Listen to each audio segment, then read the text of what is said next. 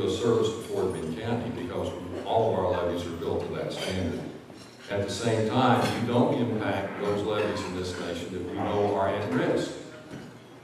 And there are a great number of them, many more of them at risk than there are under 6510. There are only 328 levies in the United States built under 44 CFR 6510. That's 328 out of something more than 33,000 levies. So as you can see, we've met the tough federal standard. That's why insurance is optional to us. You would think the great minds in Washington would see that this would be a good place to start. But the thing that seems to be confounding the argument is there's something called a budget deficit.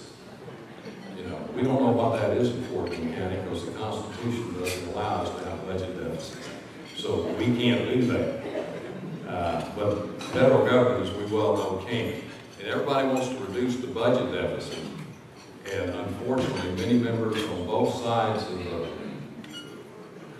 House see the flood insurance program as a non-tax revenue source. Okay? You generate billions of dollars in insurance premiums.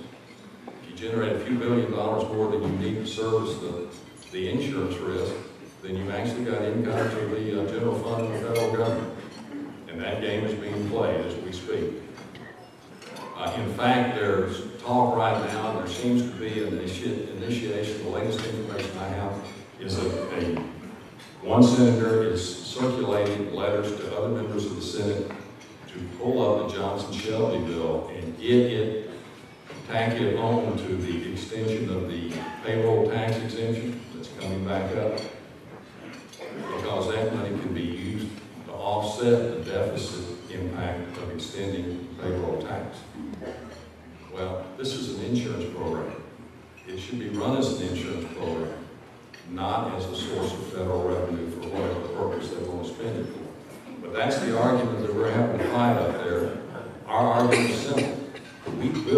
We played the game by the rules that the federal government established. We built to 44 CFR 6510. That's not inexpensive construction. Spent a lot of money complying with that rule. That rule should be the determinant of a protective levy in the United States, and then everything else can be measured their risk off the 6510 levies.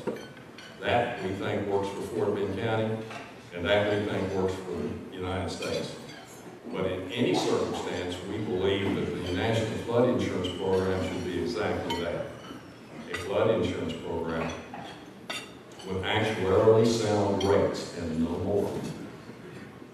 And I don't know how you can defer the rate making to a political appointee and expect them to come up with actuarially sound rates in every case. Might happen. History tells me probably won't. So I'm in Washington quite often, and Pete sees me more than he wants to, because this is an ongoing battle, and we have to be very careful. I keep telling folks that we're about our 7th overtime on this national flood insurance reauthorization. And as long as we keep playing overtime and end up tied, we don't get hurt. But at some point in time, we got to figure out how to score that extra point and end this and get a good flood insurance program that has minimal impact. How much could it cost Fort Bend County if they did this? Well, it can cost over and above what's being paid right now, anywhere, depending on where they set the mandatory premium, anywhere from $30 million to $160 million a year. Back on property owners and homeowners that live behind levees. And quote, they would get insurance for that cost. We don't think they should have to pay that unless they want to.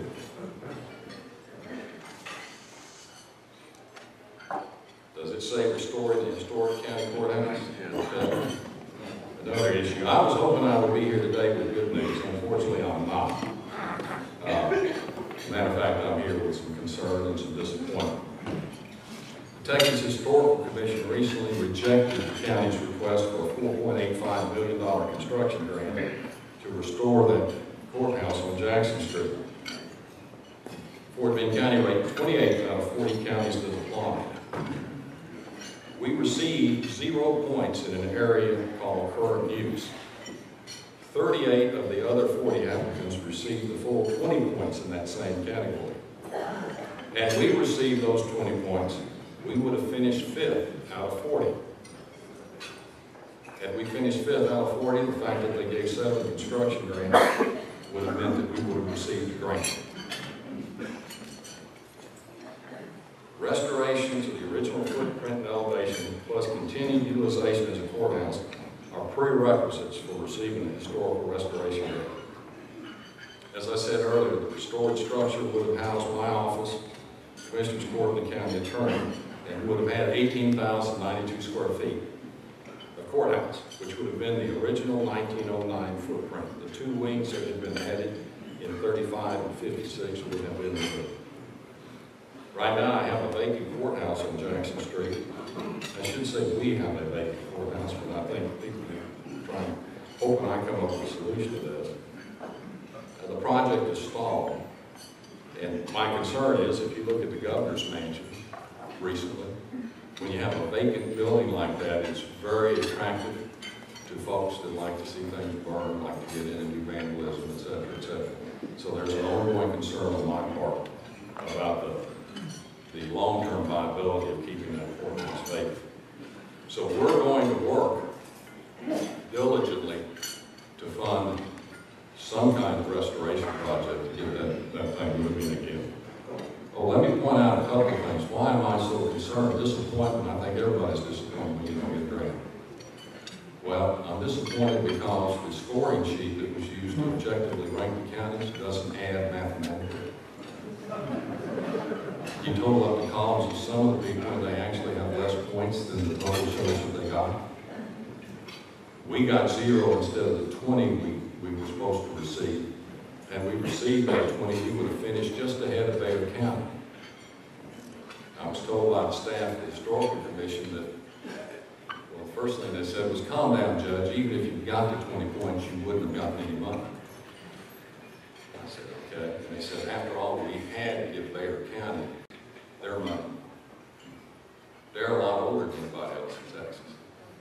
Well, they may be older than anybody else in Texas, but if you scored it fairly, we would have finished 1 point ahead of them. They would have still got their money because they would have been 6th. We would have been 5th, and 7 counties would have received money. We don't know what happened. We're looking into it. We're going to investigate this to find out exactly where the derailment was. Because my opinion, since I was lied to by staff members who told me that 20 points didn't mean anything, but in fact it was very easy to see that it did. And when I look at the scoring sheet, it shows me that the objective numbers used to rank these projects, when added up, came up to different sums than they used. I'm wondering why no member of the governor's commission didn't add those numbers and say, well, wait a minute, this total doesn't add up. But apparently none did. I don't know who to blame right now, but I know this: had we gotten $4.8 million on a $5.7 million grant, or any substantial portion thereof, the taxpayers would have been ahead several $1 million on what we have to do. But I think we have an obligation to the history of 14th County to see this project through, and we're going to do it. We're also going to find out, as best we can, what caused this to happen. And as I told staff members of the commission, if we find that it's something that we did, I'll be the first to apologize. But if I find out it was something that somebody else did, we're going to have a day of reckoning, and they're going to answer to us for that. Because we do think that we can't believe that this was a random error. This was an error that somebody put together to make happen. And it's just unfortunate. That said, I want to point out a final thought. In my letter to the commission, I told them we don't want to take any of those 7 counties' money.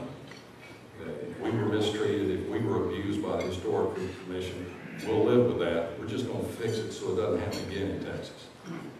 The folks that asked for that money, they need it as badly as we do. We're just saddened that it wasn't a fair and equitable process. It doesn't speak well of Governor Perry or his office, since he now takes credit for having appointed every member of every board and commission appointed by the governor in Texas. So it's a sad day for everybody. But with that piece of bad news, the Does this say closing thoughts? Y'all been very patient. Okay. And this would have flowed a lot smoother if I could have seen that screen, but I think they'll fix that the next time. The county remains in excellent financial health. We're doing well, thanks to the cooperation of our employees, thanks to the continuing growth of the county, thanks to the diligent work of our economic development corporation, thanks to the wonderful cities that we have in here. They never stop working to grow and improve, and that's a wonderful thing. We're seeing the results of that. Recession, yeah. Could things be better? Yeah, they could be better.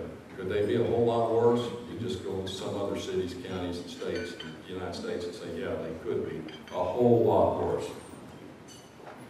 Commissioners Court continues to work to strengthen financial controls in the county. We've significantly improved our financial controls and our financial reporting in the county, mainly because all 5 members of the court want that to happen. And the second thing is information technology's got to the point that we can, those controls are cost effective to put in place. Big picture, I'm not an economist, but I've heard several of them speak. And they all seem to say that the U.S. economy seems to be slowly recovering, and that's certainly a good thing. If it slowly recovers, we'll very quickly recover because that's the nature of the Houston area and Fort Bend County. And finally, in closing, regardless of the May calendar, 2012 will be a good year for Fort Bend County, and I believe 2013 looks even brighter. That's what I want to leave you with. We're doing fine. We've had a couple of setbacks. But all in all, we've got a great county, great people, and a great future. And I'm proud to be county judge. Thank you.